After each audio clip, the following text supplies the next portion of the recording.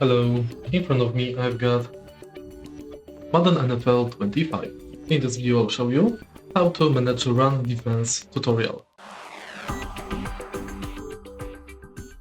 In the beginning, let's go to Skill Trainer menu in Game and go to Run Defense.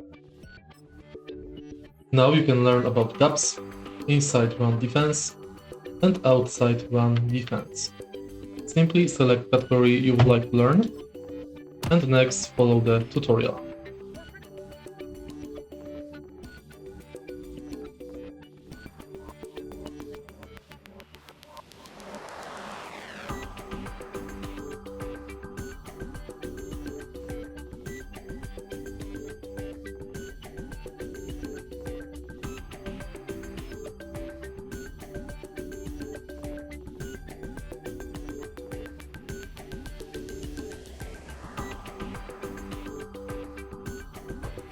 And that's basically it.